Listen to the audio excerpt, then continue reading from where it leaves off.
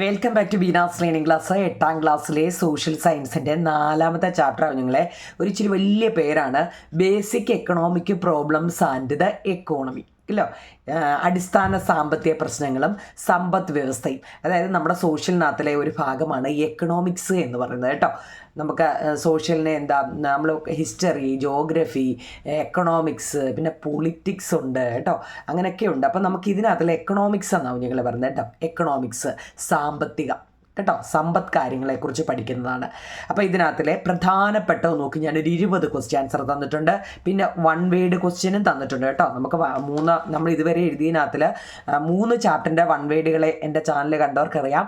3 ചാപ്റ്ററിൻ്റെ 1 വേർഡുകളെ ഞാൻ തന്നിട്ടുള്ളായിരുന്നു. നിങ്ങളെ 4ാമത്തെ ചാപ്റ്റർ ഞാൻ വിചാരിച്ചിട്ടില്ലായിരിക്കും. കാരണം എന്താ, ആദ്യത്തെ 3 ചാപ്റ്റർ ഇച്ചിരി വലിയതായതുകൊണ്ട് ആ 3 കാണുന്നു. പക്ഷേ 4 ചാപ്റ്റർ ഉണ്ട്. അപ്പോൾ 4ാമത്തെ ചാപ്റ്ററിൻ്റെ ഏറ്റവും പ്രധാനപ്പെട്ടത് നോക്കി 20 ക്വസ്റ്റ്യനും അതുപോലെ തന്നെ 1 വേർഡുകളുമാണ് തന്നിരിക്കുന്നത് കേട്ടോ. അപ്പം നമുക്ക് പഠിക്കാം.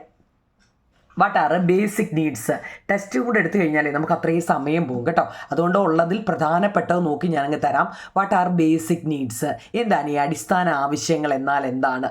അടിസ്ഥാന ആവശ്യങ്ങൾ എന്നാൽ എന്താണ്? Needs R fulfilled through proper use of various goods and services. വായിക്കാൻ പറ്റുന്നുണ്ടോ നിങ്ങളെ? Needs R fulfilled through proper use of various goods and services.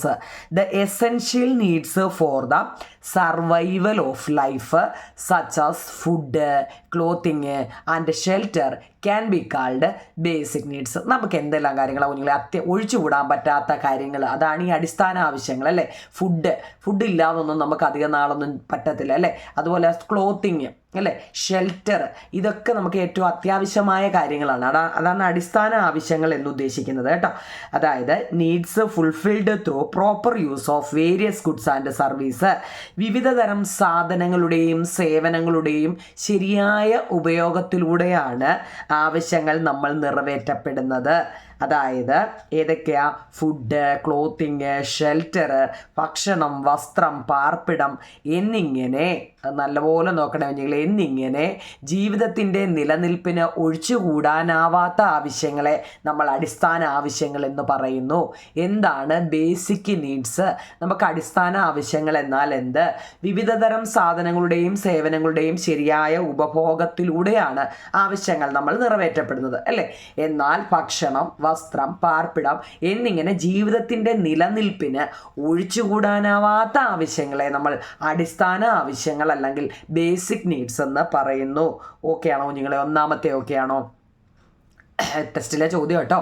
അടുത്ത 2ാമത്തത് ഹാപ്പിനെസ് നീഡ്സ് എന്താണ്? സന്തോഷദായക ആവശ്യങ്ങൾ എന്നാൽ എന്താണ്? ഇതൊക്കെ ടെസ്റ്റ് നല്ലപോലെ വായിക്കണം കേട്ടോ. അടിസ്ഥാന ആവശ്യങ്ങൾ എന്തെല്ലാമാണ്? നല്ലപോലെ നോക്കണം നിങ്ങളുടെ സന്തോഷദായക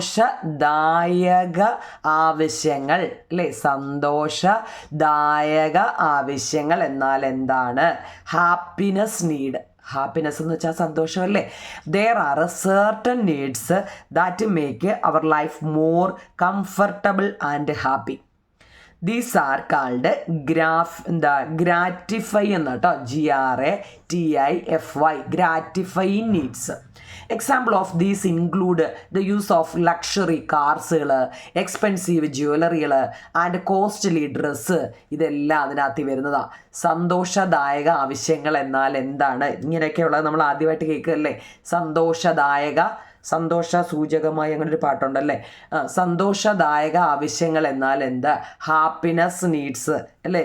നമ്മുടെ ജീവിതത്തെ കൂടുതൽ സുഖകരവും സന്തോഷകരവുമാക്കുന്ന, നല്ലപോലെ നോക്കണേ നിങ്ങളെ, നമ്മുടെ ജീവിതത്തെ കൂടുതൽ സുഖകരവും സന്തോഷകരവുമാക്കുന്ന ചില ആവശ്യങ്ങളുണ്ട്. ഈ ആവശ്യങ്ങളെയാണ് നമ്മൾ സന്തോഷദായക ആവശ്യങ്ങൾ എന്ന് പറയുന്നത്. ആഡംബര കാറുകൾ, ലക്ഷറി കാർസ്, വിലപിടിപ്പുള്ള ആഭരണങ്ങൾ അല്ലേ, expensive jewellery and costly dress, ഉയർന്ന വിലയുള്ള അല്ലെ ഉയർന്ന മൂല്യമുള്ള തുണികൾ അല്ലെ, വസ്തുക്കൾ എന്നിവയുടെ എല്ലാം ഉപയോഗം ഇതിന് ഉദാഹരണമാണ്. അപ്പോൾ 2 എണ്ണമാണ് നമ്മൾ പറഞ്ഞ. ആ 2 എണ്ണവും നല്ലതുപോലെ നോക്കണേ കേട്ടോ. വളരെ ഇമ്പോർട്ടൻ്റ് ആണ്. 1 ബേസിക് നീഡ്സ് എന്നാൽ എന്ത്? ഇതാണ്. 2 ഹാപ്പിനെസ് നീഡ്സ് എന്നാൽ എന്താണ്? എഴുതാൻ പറ്റുമല്ലോ. ഓക്കെ, അടുത്ത മൂന്നാമത്തെ ചോദ്യം നിങ്ങളെ, what is the difference between നമ്മളിപ്പോൾ പറഞ്ഞായിരുന്നു gratify needs and basic needs. ഈ ഗ്രാറ്റിഫൈ നീഡ്സും അതായത് അടിസ്ഥാന ആവശ്യങ്ങളും സന്തോഷദായക ആവശ്യങ്ങളും തമ്മിലുള്ള ഒരു വ്യത്യാസം എന്താണെന്ന് നമ്മൾ പഠിച്ചു അല്ലേ, ഓരോന്നും എന്താണെന്ന് പഠിച്ചു. പക്ഷേ ഇവ തമ്മിലുള്ള വ്യത്യാസം എന്താ?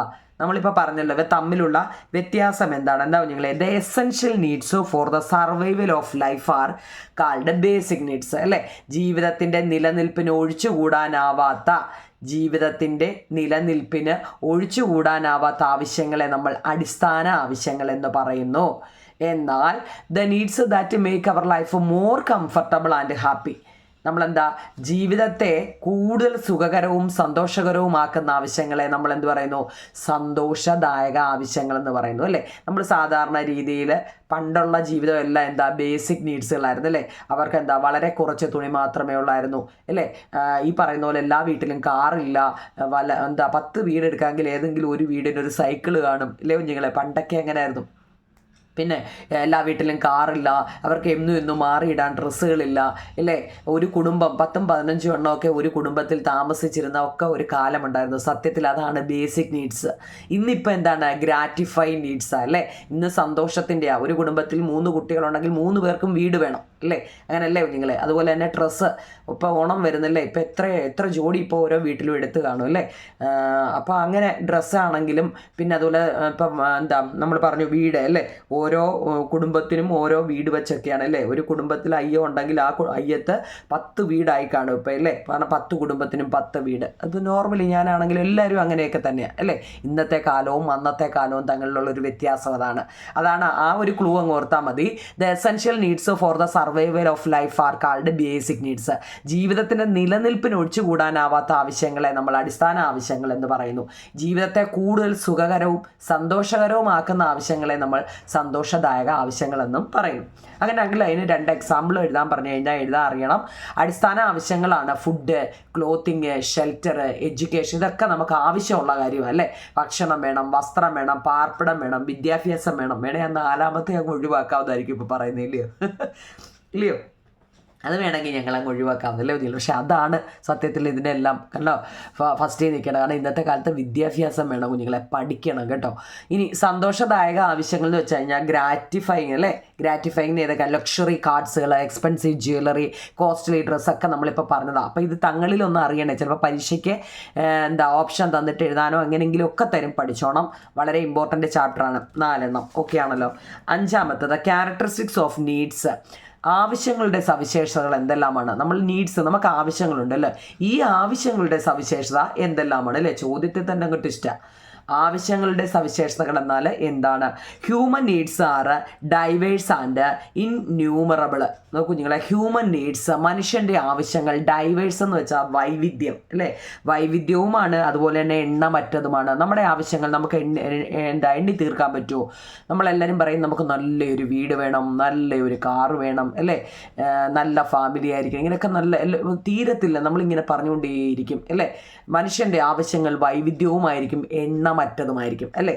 A needs once fulfilled may be repeated.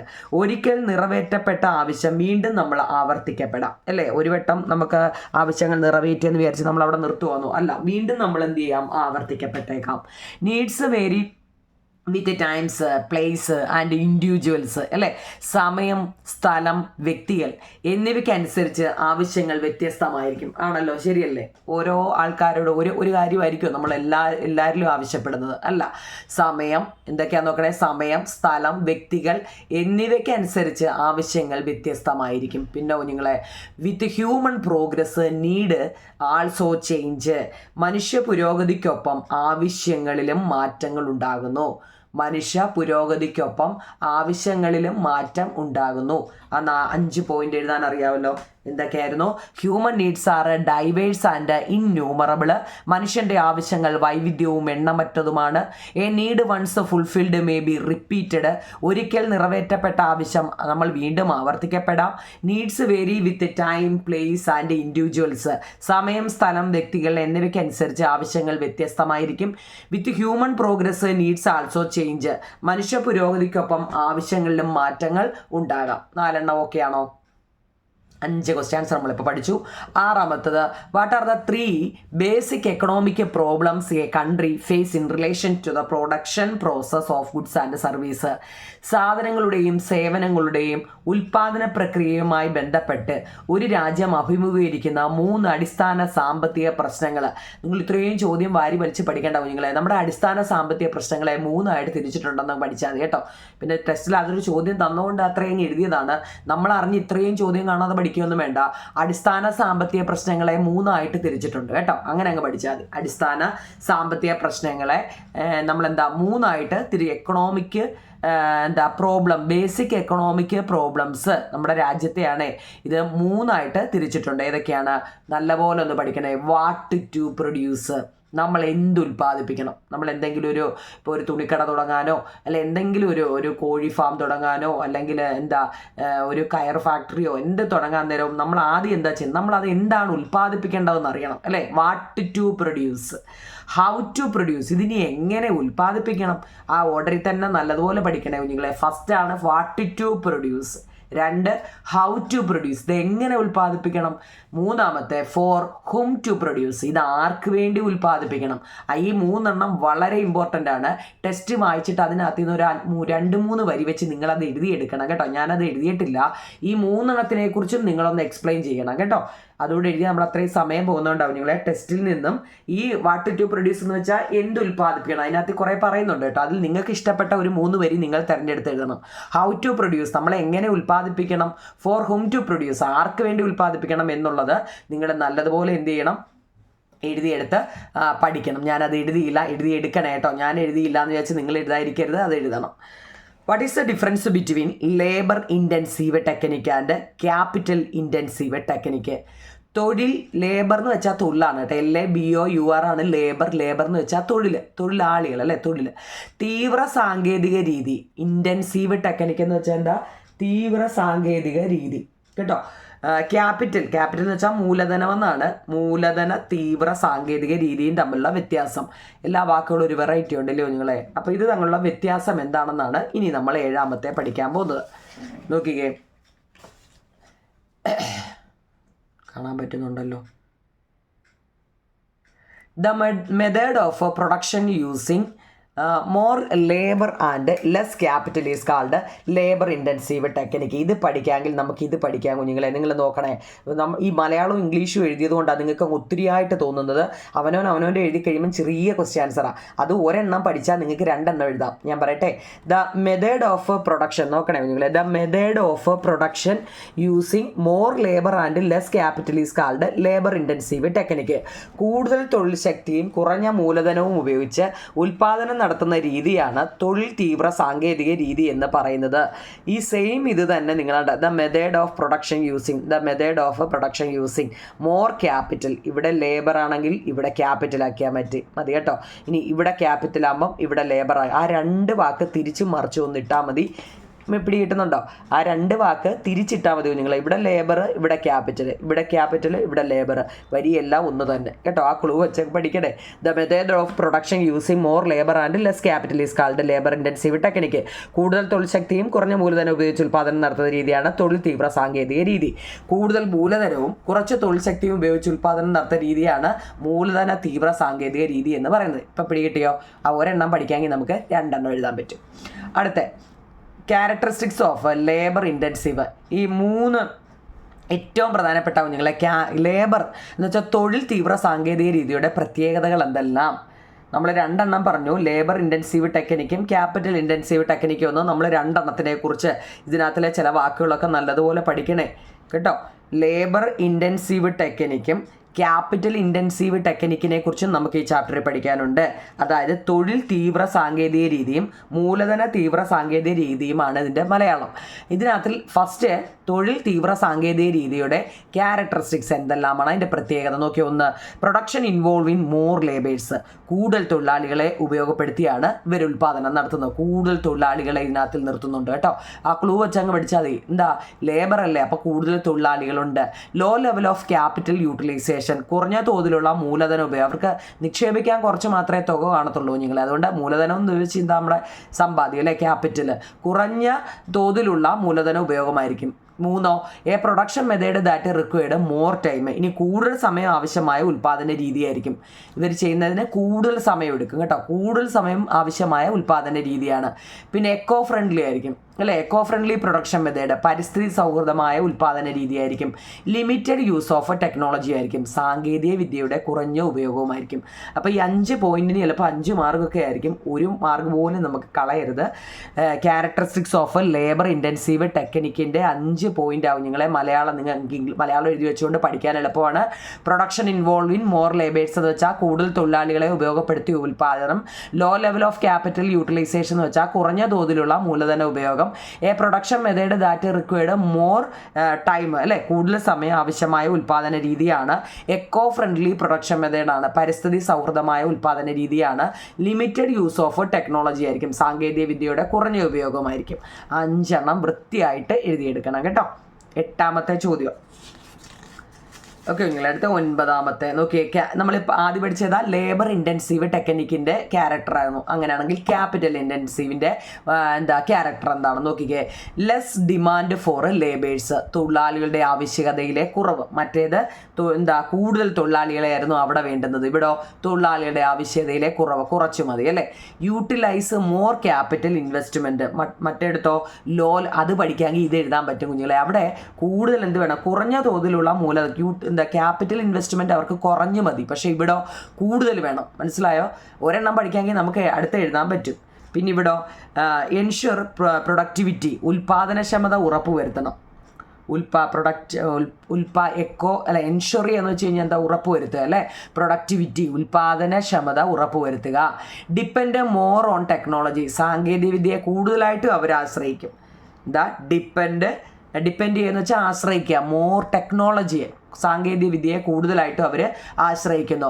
Less time for production, ഉൽപ്പാദനത്തിന് കുറഞ്ഞ സമയം മതി. മറ്റേതോ ഉൽപ്പാദനത്തിന് ലിമിറ്റഡ് യൂസ് ഓഫ് ടെക്നോളജി ആയിരുന്നു. അതും ഇതുകൂടെ ഒന്ന് നിങ്ങൾ കമ്പയർ ചെയ്ത് നോക്കണം. നിങ്ങൾ ഇത് പേപ്പറിൽ 2 ഇടത്ത് കിടക്കുന്നതുകൊണ്ടാണ്, നിങ്ങളത് ഒരിടത്ത് എഴുതി വൃത്തിയായിട്ടിരുന്ന് പഠിക്കണം, ബോക്സ് ഇട്ട് കേട്ടോ. ഇത് വളരെ ഇമ്പോർട്ടൻ്റ് ആണ്. ഏതാ ക്യാരക്ടറിസ്റ്റിക്സ് ഓഫ് ലേബർ ഇൻറ്റൻസീവ് ടെക്നിക്കും ക്യാപിറ്റൽ ഇൻറ്റൻസീവ് ടെക്നിക്കും അതിൻ്റെയും ക്യാരക്ടറിസ്റ്റിക്സ് ഉറപ്പായിട്ടും ചോദിക്കുന്നതാണ് ഈ ചാപ്റ്ററിൽ. പ്രധാനപ്പെട്ടത് മാത്രമേ ഞാൻ തന്നിട്ടുള്ളൂ, വാരി വലിച്ച് തന്നിട്ടില്ല. ലേബർ ഇൻറ്റൻസീവ് ടെക്നിക്കും ക്യാപിറ്റൽ ഇൻറ്റൻസീവ് ടെക്നിക്കും എന്തെല്ലാമാണ്? നമ്മളീ പറഞ്ഞല്ലോ, കുറച്ച് ആൾ മതി, കൂടുതൽ ആൾ മതി, മറ്റേടത്ത് കുറച്ച്, ഇവിടെ കുറച്ച്, അവിടെ കൂടുതൽ ഇൻവെസ്റ്റ് ചെയ്യണം, ഇവിടെ ഇങ്ങനെയൊക്കെ നമ്മൾ പറഞ്ഞല്ലോ. എന്തുവാന്ന് നോക്കിയോ നിങ്ങളെ.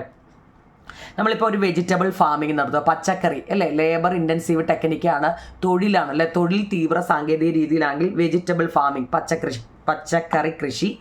റോഡ് കൺസ്ട്രക്ഷനൊക്കെ അല്ലേ, റോഡ് പണി. പോട്ടറി മേക്കിങ്, മൺപാത്ര നിർമ്മാണം. അതുപോലെ ബാസ്ക്കറ്റ് മേക്കിങ്, ബാസ്ക്കറ്റൊക്കെ ഉണ്ടാക്കുന്ന, ഇതൊക്കെ കൈപ്പണികളാണ് അല്ലേ. അങ്ങനെയൊക്കെ ഉണ്ടാക്കുന്നതെല്ലാം തൊഴിലാളികളാണ്, labour intensive ടെക്നിക്കാണ്.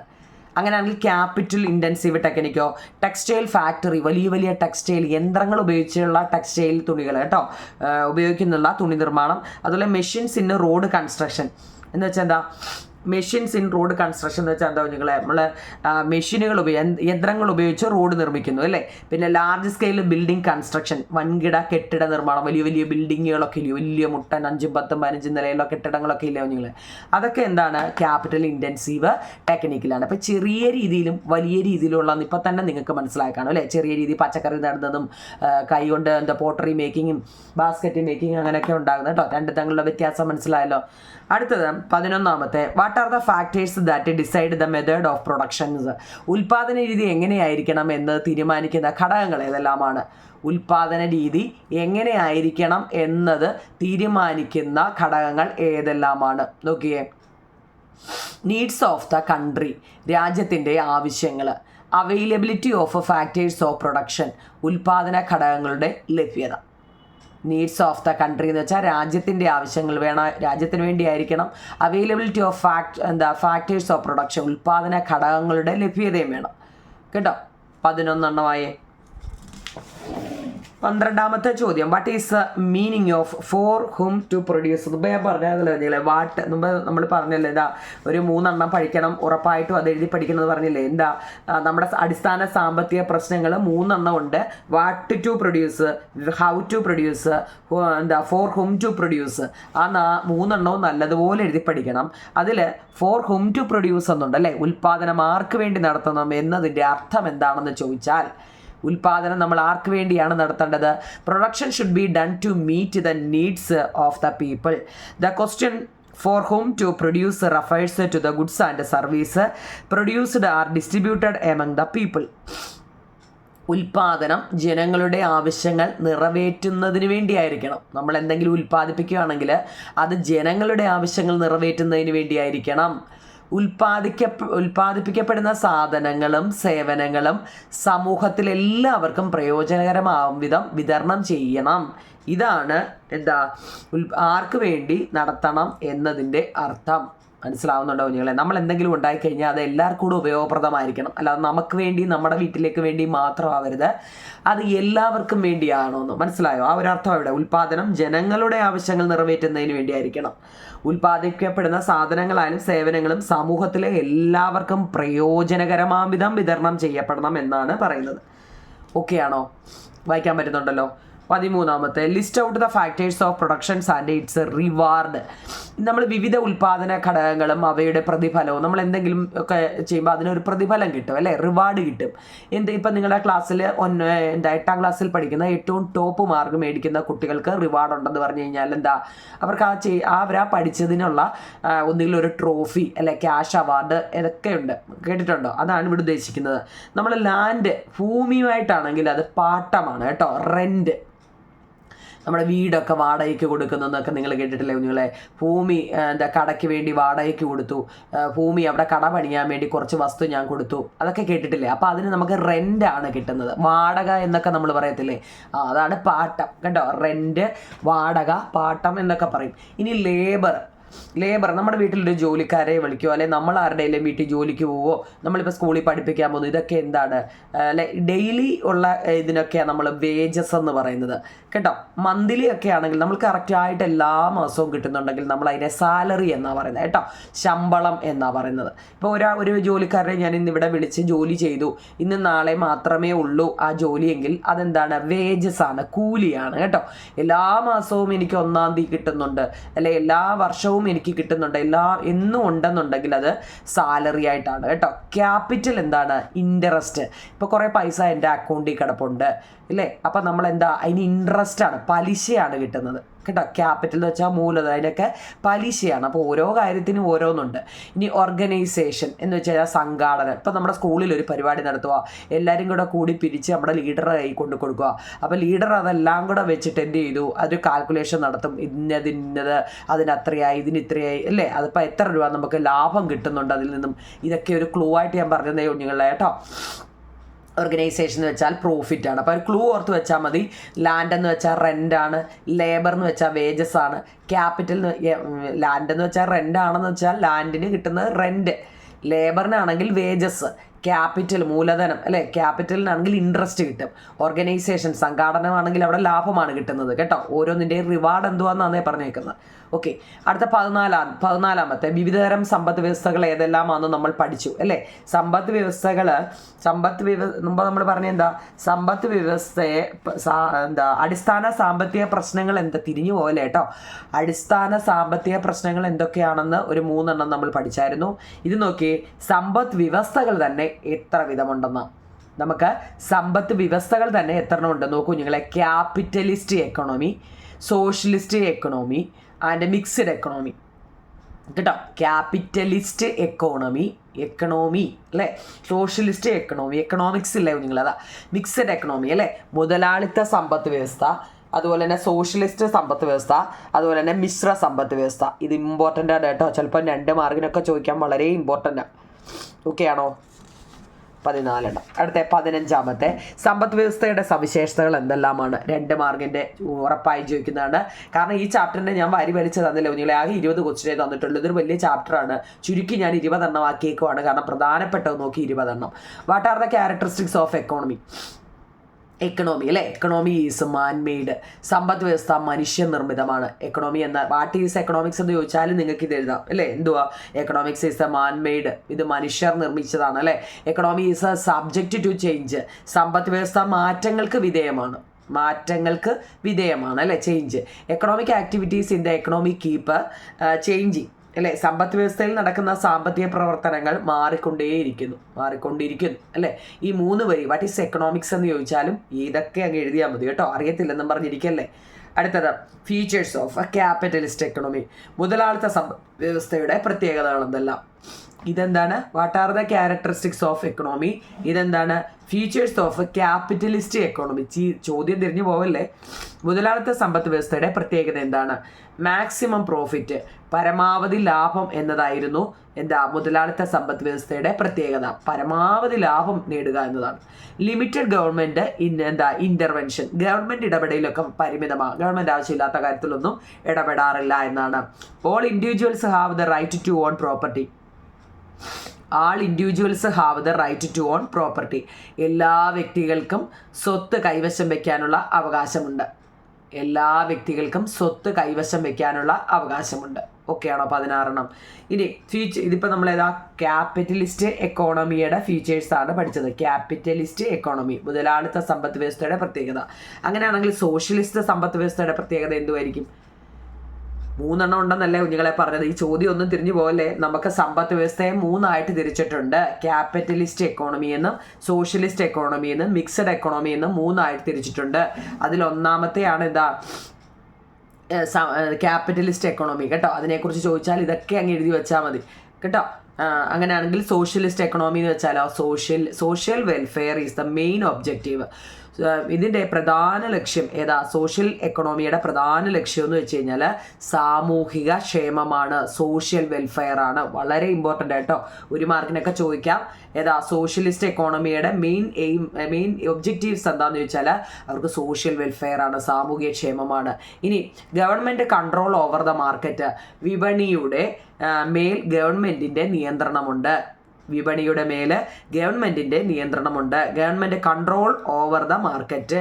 3 ownership of the factors of production is vested in the government. Ownership എന്ന് വെച്ചാൽ എന്താ നിങ്ങളെ അവിടെ ഉടമസ്ഥാവകാശം അല്ലേ. Of the factors of production is vested in the government. ഉൽപാദന ഘടകങ്ങളുടെ ഉടമസ്ഥാവകാശം ഗവൺമെൻറ്റിൽ എപ്പോഴും നിക്ഷിപ്തമാണ് കേട്ടോ. ഉൽപാദന ഘടകങ്ങളുടെ ഉടമസ്ഥാവകാശം ഗവൺമെൻറ്റിന് എപ്പോഴും നിക്ഷിപ്തമാണ്. 3 പോയിന്റ്, ഇതിൻ്റെ ഞാൻ 3 പോയിന്റ് ചെറുത് നോക്കി എഴുതിയേക്കുക. ക്യാപിറ്റലിസ്റ്റ് എക്കോണമിയുടെ ഫീച്ചേഴ്സ് എന്താണ് ഇത് നോക്കി, ചെറുത് നോക്കിയാണ് 3 എഴുതിയേക്കുന്നത്. സോഷ്യലിസ്റ്റ് എക്കോണമിയുടെ ഫീച്ചേഴ്സ് എന്തെല്ലാമാണ്. ഇത് വലുതായിട്ട് തോന്നുന്നത് 2 കിടക്കുന്നതുകൊണ്ട് കേട്ടോ. ഓക്കെ, അടുത്ത 18ാമത്തെ 3ാമത്തെ എക്കോണമി ആയിരുന്നു features of the mixed economy അല്ലേ. മിശ്ര സമ്പദ് വ്യവസ്ഥയുടെ പ്രത്യേകത നോക്കി, അത് ഞാൻ 2 എഴുതിയിട്ടുള്ളൂ. Profitability and social welfare become the main. First capitalist എക്കോണമിക്ക് എന്ന് വെച്ച് കഴിഞ്ഞാൽ അവർക്ക് മാക്സിമം പ്രോഫിറ്റ്, പരമാവധി ലാഭം നേടുക എന്നതാണ് അല്ലേ. രണ്ടാമതോ സോഷ്യൽ വെൽഫെയർ ആയിരുന്നു രണ്ടാമത്തെ സോഷ്യലിസ്റ്റിൻ്റെ. പക്ഷേ 3 നോക്കൂ നിങ്ങളെ, മിക്സഡ്, ഇത് 2 കൂടി ചേർന്നതാണ് മിക്സഡ് എക്കോണമി. അത് കേൾക്കുമ്പോഴേ അറിയാം അല്ലേ. മിശ്ര സമ്പദ് വ്യവസ്ഥ, പ്രോഫിറ്റും വേണം സോഷ്യൽ വെൽഫെയറും വേണം അല്ലേ. ലാഭവും സാമൂഹ്യ ക്ഷേമവുമാണ് ഇതിൻ്റെ പ്രധാന ലക്ഷ്യം. കോ existence of private and public sector. Co existence എന്ന് വെച്ചാൽ കുഞ്ഞുങ്ങളെ സഹവർത്തിത്വം അല്ലേ. ആരൊക്കെ തങ്ങളിലുള്ള പ്രൈവറ്റും പബ്ലിക് സെക്ടറും തങ്ങളിൽ, സ്വകാര്യ മേഖലയും പൊതുമേഖലയും തങ്ങളിലുള്ള സഹവർത്തിത്വം. കോ എക്സിസ്റ്റൻസ് വെച്ചാൽ സഹവർത്തിത്വം എന്നാണ് കേട്ടോ. Coexistence of private and public sector. Okay ആണോ? അടുത്ത 19, what are change in global economy today. ആഗോള സമ്പദ് വ്യവസ്ഥയിൽ ഇന്ന് വന്നിരിക്കുന്ന മാറ്റം എന്തൊക്കെയാണ്? The global economy today is എന്തെല്ലാമാണ്? Transforming into a knowledge based എക്കണോമിയാണ്. ആഗോള സമ്പദ് വ്യവസ്ഥ ഇന്ന് വിജ്ഞാനം, അറിവ് അല്ലേ, വിജ്ഞാനാധിഷ്ഠിത സമ്പദ് വ്യവസ്ഥയിലേക്ക് മാറിക്കൊണ്ടിരിക്കുന്നു. ഇന്നെന്താ നിങ്ങളെ വിജ്ഞാനം, നോളജ്, അറിവ് അല്ലേ, വിജ്ഞാനാധിഷ്ഠിത സമ്പദ് വ്യവസ്ഥയിലേക്ക് ഇന്ന് മാറിക്കൊണ്ടിരിക്കുന്നു. അത് വളരെ ഇമ്പോർട്ടൻ്റ് ആട്ടോ. അടുത്ത ലാസ്റ്റ് ഞാൻ എഴുതിയത് what is economics in study. സാമ്പത്തിക ശാസ്ത്രം എന്നതിനെ കുറിച്ചുള്ള പഠനമാണ്. എന്തിനെക്കുറിച്ചുള്ള പഠനമാണ് ഈ സാമ്പത്തിക ശാസ്ത്രം, എക്കണോമിക്സ് എന്ന് പറയുന്നത് എന്തിനെക്കുറിച്ചുള്ള പഠനമാണ്? നോക്കുന്നില്ല, economics is the study of, ഇത് പരീക്ഷയ്ക്ക് ചോദിച്ചാൽ എഴുതിക്കൂടെ. What is economics? Economics is the study of human needs, basic economic problems and economics അല്ലേ. നിങ്ങളെ economics is the study of human needs, basic economic problems and economics അല്ലേ. It also included budgeting, banking, market and goods and service. കാണാൻ പറ്റുന്നുണ്ടോ? സാമ്പത്തിക ശാസ്ത്രം മനുഷ്യൻ്റെ ആവശ്യങ്ങൾ, അടിസ്ഥാന സാമ്പത്തിക പ്രശ്നങ്ങൾ, സമ്പദ് വ്യവസ്ഥകൾ എന്നിവയെക്കുറിച്ച് പഠിക്കുന്ന ശാഖയാണ് എക്കണോമിക്സ് എന്ന് പറയുന്നത് അല്ലേ. ബഡ്ജറ്റ്, ബാങ്കിങ്, കമ്പോളം, സാധന സേവനങ്ങൾ എന്നിവയും ഇതിനകത്തിൽ ഉൾപ്പെടുന്നുണ്ട്. ഒരു സമ്പദ് വ്യവസ്ഥയിൽ എന്തൊക്കെ ഉൾപ്പെടുന്നുണ്ട്? ബഡ്ജറ്റ് അല്ലേ, ബഡ്ജറ്റ് അവതരിപ്പിക്കാതൊക്കെ കേട്ടിട്ടുണ്ടോ? ബാങ്കിങ്, കമ്പോളം, ചന്ത അല്ലേ, മാർക്കറ്റ്, സാധന സേവനങ്ങൾ, ഗുഡ്സ് ആൻഡ് സർവീസ് എന്നിവയെല്ലാം ഇതിൽ ഉൾപ്പെടുന്നുണ്ട്. ഞാൻ ആ 20 എണ്ണേ തന്നിട്ടുള്ളൂ നിങ്ങളെ. ഇനിയും അത്ര എണ്ണത്തിൻ്റെ വൺ വേർഡാണ്, എളുപ്പം ഞാനൊന്ന് പറയാം. നോക്കിയേ, which productions activity uses labour intensive technique. തൊഴിൽ തീവ്ര സാങ്കേതിക രീതി ഉപയോഗിക്കുന്ന ഉൽപ്പാദന പ്രവർത്തനം ഏതാണ്? Hand basket making. കുറേ ഓപ്ഷൻ തന്നു കഴിഞ്ഞാൽ കൈകൊണ്ടുള്ള എന്തെങ്കിലും പരിപാടികളുണ്ടെങ്കിൽ, കൈകൊണ്ടുള്ള ഇവിടെ കുട്ട നിർമ്മാണമാണ്, അപ്പോൾ അതുകൊണ്ടാണ് ഹാൻഡ് ബാസ്ക്കറ്റ് മേക്കിംഗ് എഴുതിയത്. എന്താ, തൊഴിലാണല്ലേ, തൊഴിലാണല്ലോ കൈകൊണ്ട് ചെയ്യുന്നത് അല്ലേ. ആ ക്ലൂ പഠിച്ചോണേ. തൊഴിൽ തീവ്ര സാങ്കേതിക hand basket making. Who introduce the concept of creative destruction. സൃഷ്ടിപരമായ നശീകരണം എന്ന ആശയം ആവിഷ്കരിച്ചത്. ഇതൊക്കെ വളരെ ഇമ്പോർട്ടൻ്റ് ആണ് കുഞ്ഞിലെ. സൃഷ്ടിപരമായ നശീകരണം, ഡിസ്ട്രക്ഷൻ ആണ്. ക്രിയേറ്റീവ് എന്ന് വെച്ചാൽ സൃഷ്ടിക്കുക, ഡിസ്ട്രക്ഷൻ എന്ന് വെച്ചാൽ നശിപ്പിക്കുക. സൃഷ്ടിപരമായ നശീകരണം എന്ന ആശയം ആവിഷ്കരിച്ചത് JM കെയ്ൻസ് ആണ് കേട്ടോ. കെയ്ൻസ് സ്പെല്ലിംഗ് ഒക്കെ പഠിച്ചിരിക്കണേ. 3, ഉൽപാദന ഘടകങ്ങളിൽ ഭൂമിക്ക് ലഭിക്കുന്ന പ്രതിഫലം എന്താണ്? ഉൽപാദന ഘടകങ്ങളിൽ ഭൂമിയെ ബന്ധപ്പെട്ട എന്താ, നമുക്ക് പാട്ടം, ലീസ്, വാടക അല്ലേ എന്നൊക്കെ നമ്മൾ പഠിച്ചതാ കേട്ടോ. റിമ്യൂണറേഷൻ നമ്മൾ മുമ്പ് പഠിച്ചതാ. റിമ്യൂണറേഷനിലെ റിവാർഡ് കൊടുക്കുന്ന എന്തുവാന്ന് ഓർമ്മയുണ്ടോ? മുമ്പ് പറഞ്ഞതേ ഉള്ളൂ. മിച്ച മൂല്യ സിദ്ധാന്തം ആവിഷ്കരിച്ചതാണ്. സർപ്ലസ് വാല്യൂ എന്ന് വെച്ചാൽ എന്താ നിങ്ങളെ? മിച്ച മൂല്യ സിദ്ധാന്തമാണ് കേട്ടോ. Who developed the theory of surplus value? ആരാണ്? Karl Marx. അതും വളരെ ഇമ്പോർട്ടൻ്റ് ആട്ടോ. കാൾ മാക്സിൻ്റെ ആണ് സർപ്ലസ് വാല്യൂ. നിങ്ങൾ ആ ക്ലൂ വെച്ച് പഠിക്കാം. Karl Marx, surplus.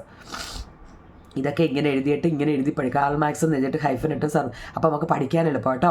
സാമ്പത്തിക ശാസ്ത്രത്തിൻ്റെ പിതാവ്. Who is father of economics? എക്കണോമിക്സിൻ്റെ പിതാവ് ആരാവും നിങ്ങളെ? ആഡം സ്മിത്ത് ആണ് കേട്ടോ. Adam Smith. വായിക്കാൻ അറിയണേ. ചോർച്ചാ സിദ്ധാന്തം ആവിഷ്കരിച്ചത് ആര്?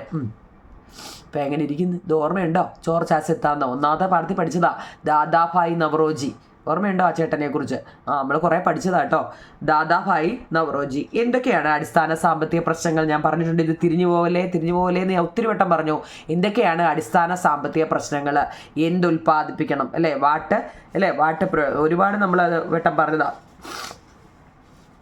വാട്ട് പ്രൊഡ്യൂസ് അല്ലേ, വാട്ട് ടു പ്രൊഡ്യൂസ്, അതുപോലെ തന്നെ എങ്ങനെ ഉൽപ്പാദിപ്പിക്കണം അല്ലേ, ഹൗ ടു പ്രൊഡ്യൂസ്, ആർക്ക് വേണ്ടി ഉൽപ്പാദിപ്പിക്കണം, ഫോർ ഹൂം ടു പ്രൊഡ്യൂസ് കേട്ടോ. അത് നമ്മൾ പറഞ്ഞതാവും നിങ്ങൾ. അതുകൊണ്ടാണ് ഞാൻ ഇംഗ്ലീഷ് എഴുതാഞ്ഞത്. എന്തുൽപ്പാദിപ്പിക്കണം, എങ്ങനെ അടിസ്ഥാന സാമ്പത്തിക പ്രശ്നങ്ങളാണ്. ഓക്കെ, 7 എണ്ണം. 8ാമത്തത് എന്താ ഹിന്ദ് സ്വരാജ് കേട്ടോ. ഹിന്ദ് സ്വരാജ് ഇത് ഗാന്ധിജിയുടെ കേട്ടോ. നമ്മുടെ മഹാത്മാഗാന്ധിജിയുടെയാണ് Hind Swaraj. Theory of rent. പാട്ടസിദ്ധാന്തം വന്നത് ഡേവിഡ് റിക്കാർഡോ ആണ്. പാട്ടസിദ്ധാന്തം കൊണ്ടുവന്നത് ഡേവിഡ് റിക്കാർഡോ. വെൽഫെയർ എക്കണോമിക്സ്, ക്ഷേമ സാമ്പത്തിക ശാസ്ത്രം കൊണ്ടുവന്നത് അമർത്യകുമാർ സെൻ ആണ്. അമർത്യകുമാർ Sen. Theory of surplus value, മിച്ച മൂല്യ സിദ്ധാന്തം കാൾ മാക്സ് ആണ് കേട്ടോ. ഈ 4 എണ്ണം ഇമ്പോർട്ടൻ്റ് ആണ്. ചിലപ്പോൾ മാച്ച് ദ ഫോളോയിങ്ങിനും ഫില്ലപ്പിനും ഒക്കെ ചോദിക്കാൻ പറ്റുന്ന 4 എണ്ണമാണ്. അടുത്ത 12 സാമ്പത്തിക ശാസ്ത്രത്തിൽ അവസര ചെലവ്. അവസര ചെലവെന്ന് വെച്ചാൽ എന്താ? ഓപ്പർച്യൂണിറ്റി കോസ്റ്റ് സൂചിപ്പിക്കുന്നത് എന്താണ്? What does opportunity cost? എന്താ നിങ്ങൾ? The value of the next best alternative forgone when A choice is made. ഒരു തിരഞ്ഞെടുപ്പ് നടത്തുമ്പോൾ നഷ്ടപ്പെടുന്ന അടുത്ത മികച്ച ബദലിൻ്റെ മൂല്യമാണ് നമ്മൾ ഓപ്പർച്യൂണിറ്റി കോസ്റ്റ് എന്ന് പറയുന്നത്. ഒരു തിരഞ്ഞെടുപ്പ് നടത്തുമല്ലോ കുഞ്ഞുങ്ങളെ, നമ്മുടെ എല്ലാ വർഷവും തിരഞ്ഞെടുപ്പ് നടക്കുന്നില്ലേ? അപ്പം നഷ്ടപ്പെടും അവരുടെ കയ്യിൽ നിന്ന് ഓരോന്നിനും വീതം ചിലവാകുമല്ലോ. എന്നിട്ട് അടുത്ത മികച്ച ബദലിൻ്റെ മൂല്യമാണ് അവരെ അവസര ചെലവായിട്ട് എടുക്കുന്നത്, ഓപ്പർച്യൂണിറ്റി കോസ്റ്റ്. പരമാവധി ലാഭം ലക്ഷ്യം വെച്ച് നിലകൊള്ളുന്ന സമ്പദ് വ്യവസ്ഥ ഏതാണ്? പരമാവധി ലാഭം നമ്മൾ പഠിച്ചതല്ലേ? എന്താ? മാക്സിമം പ്രോഫിറ്റ് ഏതിനാ? മുതലാളിത്ത സമ്പദ് വ്യവസ്ഥയിലാണ്, ക്യാപിറ്റലിസ്റ്റ് എക്കണോമിയിലാണ് കേട്ടോ. അടുത്ത which among the following is an example for gratifying needs. സന്തോഷദായകരമായ ഉദാഹരണം നമ്മൾ കുറേ പഠിച്ചതല്ലേ, ലക്ഷറി കാറ്, പിന്നെ എന്താ കോസ്റ്റ്ലി ജുവലറി, പിന്നെന്താ ഏതാണ്ടൊക്കെ അല്ലേ 2-3 പഠിച്ചത്. ഓക്കെ. വിലകളിൽ പൊതുവായ വർധനവും പണത്തിൻ്റെ വാങ്ങൽ ശേഷിക്കുറവും ഉണ്ടാകുന്ന സാമ്പത്തിക പ്രശ്നം എന്താണ്? വിലയിൽ പൊതുവായ വിലയിൽ വർധനവാണ്, പണത്തിൻ്റെ വാങ്ങൽ ശേഷിയിൽ കുറവുമാണ്. അങ്ങനെ ഉണ്ടാകുന്ന സാമ്പത്തിക പ്രശ്നത്തിനെ നമ്മൾ ഇൻഫ്ലേഷൻ എന്നാണ് പറയുന്നത് കേട്ടോ. പണപ്പെരുപ്പം എന്നാണ് പറയുന്നത്. വിലകളിൽ പൊതുവായ വർധനവും പണത്തിൻ്റെ വാങ്ങൽ ശേഷിയിൽ കുറവും ഉണ്ടാകുന്ന സാമ്പത്തിക പ്രശ്നം ഇൻഫ്ലേഷൻ എന്ന് പറയുന്നു. അപ്പോൾ 15 ഞാൻ എഴുതിയിട്ടുണ്ട് നിങ്ങളെ. ഈ ചാപ്റ്ററിനകത്ത് 15-20 ക്വസ്റ്റ്യൻ ആൻസറും അപ്പോൾ അതായത് 35 വന്നിട്ടുണ്ട്. ആ 35 വൃത്തിയായിട്ട് പഠിച്ചിട്ട് നമ്മളെ 1, 2, 3 ഫുൾ നോട്ട് വിട്ടിട്ടുണ്ട്. 1 മാർക്കിൻ്റെ ക്വസ്റ്റ്യൻ ആൻസർ ഇട്ടിട്ടുണ്ട്. അത് കണ്ടു കാണുമെന്ന് വിശ്വസിക്കുന്നു. കാരണം എൻ്റെ ചാനൽ കാണുന്നവർ അത് കാണുമെന്നാണ് എൻ്റെ വിശ്വാസം. അപ്പം മൊത്തം നോട്ടുകളും നമ്മുടെ ഈ ചാനൽ ഇതുവരെയുള്ളത് ഇട്ടിട്ടുണ്ട്. എല്ലാവരും വൃത്തിയായിട്ട് പഠിക്കുക കുഞ്ഞുങ്ങളെ. All the best. Happy Onam കേട്ടോ. നല്ലതുപോലെ പഠിച്ച് നമ്മളെ കമൻറ്റ് ബോക്സിൽ കമൻറ്റ് പറയണേ കുഞ്ഞുങ്ങളെ കേട്ടോ. ഓക്കെ കുഞ്ഞുങ്ങളെ, താങ്ക് യു.